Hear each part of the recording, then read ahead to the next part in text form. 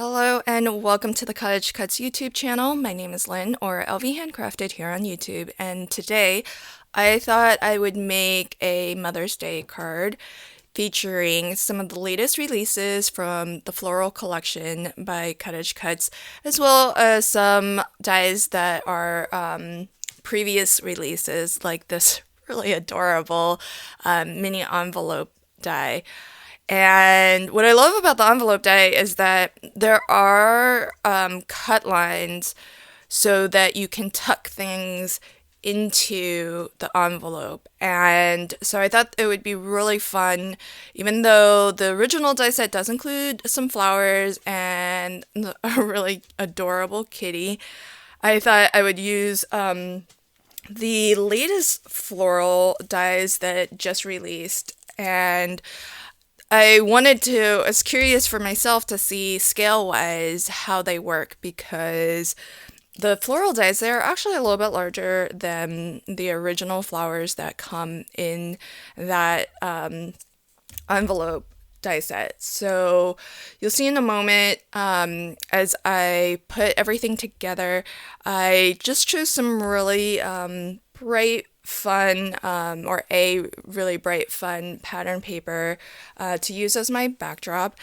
And when I glue these envelopes down, I'm being careful. The top part, the flap, can glue down completely flat, but as I'm gluing the bottom portion down, I want to try to be careful to leave space to tuck things into the envelope so that it looks more seamless, and it looks like it's actually, whatever I'm tucking into it, it looks like it's actually coming out of the envelope. And for this particular envelope, I'm using a little bit of my low profile foam. So this is only 1 millimeter thick, and that way this is actually even a little bit raised, so that does help to create even more space or room between the envelope and the card base, so more space to tuck things in. And as well, because this particular envelope is going to be in front of the other one, I wanted just that little bit of extra dimension.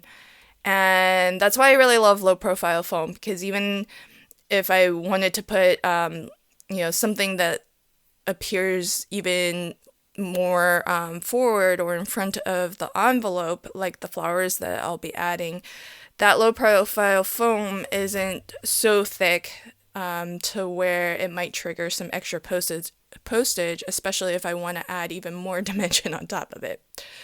The flowers are really adorable, and there's lots of different ways to assemble these if you wanted, because you can die cut from solid color cardstock like I'm doing today, or you could actually just die cut everything out of white and then color it, or do a combination of the two, because you can always cut from solid color cardstock to get the bulk of your color, and then maybe ink blend the edges a little bit to add some shadow and add some dimension so that the flowers don't look as flat.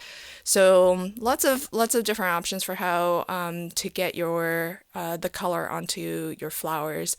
And this particular flower is the one that, this is flower number 1, and that'll be the one that CottageCutz is giving away to one lucky person who comments on this video.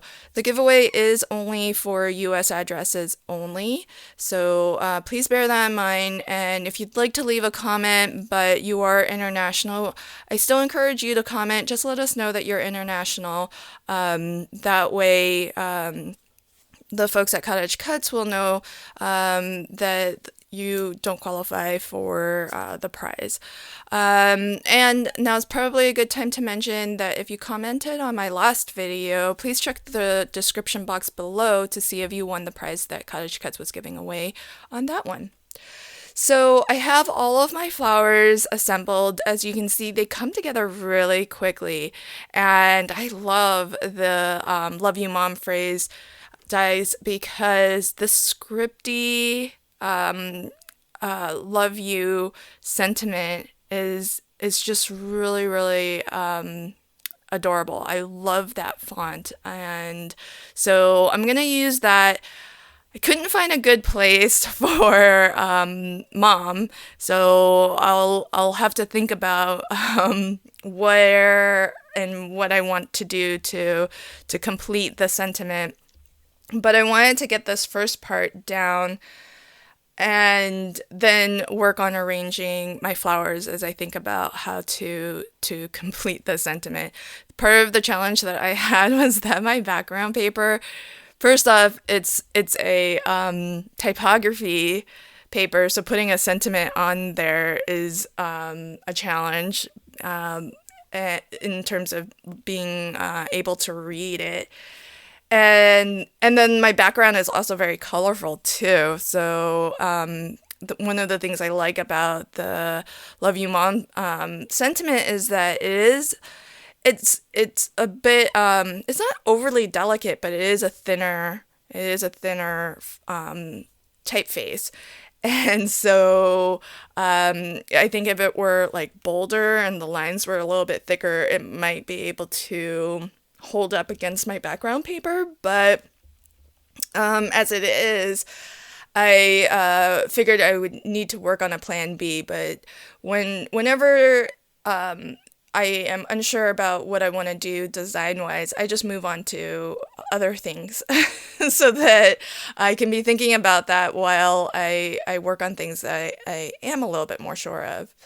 And as you can see, I'm just pruning all of my flowers. I think scale-wise, they work really well, but there's a lot of greenery on each of these flowers, which I think is really great because then you can do exactly what I've done and just kind of snip it here and there to create a different shape and to have it fit into whatever you'd like. So I initially did a little bit of a dry fit just to see, get an idea for how I would like to position things. Part of the Flowers and More collection are some dies that are just greenery, so I thought those would be nice to kind of put in the background. I did die cut 2 different styles of leaves, but decided only to go with one of them. And I went with the lighter of the 2, mostly because the green, there's a little bit more green contrast between that and the green stems of the flowers. And so here you can see I'm just, even the parts that I trimmed off, I'm still tucking those right back in as additional greenery to make this feel a little bit more full. And so it's a really fun way of just getting a different look out of your dies. So for example, this flower stem here, the little bud, I cut it off completely, and where it's going to be positioned is going to look 100% different from the purple version of that very same flower. So even though it was the same die cut, by just snipping things here and there, pruning your flowers a little bit, you can create a different look, and then it doesn't look so obvious that it's the exact same die cut that you've used. So that's one thing that I like about floral dies in general, but in particular these ones, I feel like they have a lot of the foliage and everything built in and as a single piece. So if you wanted to use it as a single piece, you could, but it's very, very snippable too. And so it just gives you a lot of different ways to use it. So with this one, this is flower number 1. I actually snipped off, again, same as what I did with the other flower, snipped off one of the little offshoots, one of the little buds, and I'm gonna use that kind of, not even near the original flower that it came from, and that makes it almost look like there's 2 flowers of that type, but really it all came from the same die cut.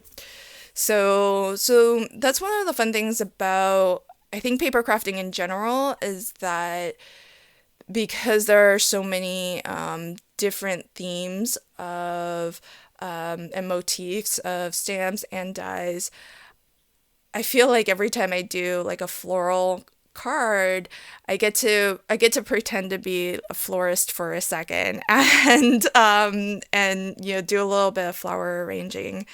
And so I just think it's one of those aspects of paper crafting that's really fun because we get to dabble in a little bit of everything, and I feel like the creative process is just it's just so broad. And so I had a lot of fun just kind of nitpicking about where I wanted to put all of these little individual leaves just to really make the whole thing feel very full. And it was only, I think, at the end of the day, maybe 4 flowers, but because we have all of that detail in the leaves and the stems and then the extra foliage, I feel like it's really easy to kind of fill these envelopes. And I think my original curiosity of whether scale-wise these flowers work with these little mini envelopes,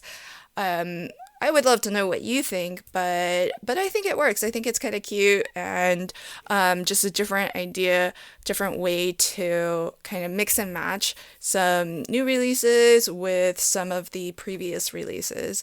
And by the time I was done with arranging all the florals, I did come up with a way to get a sentiment onto the portion that I left for a sentiment being like that bottom portion, but having it be legible against all of the color and all of the typography in my background paper.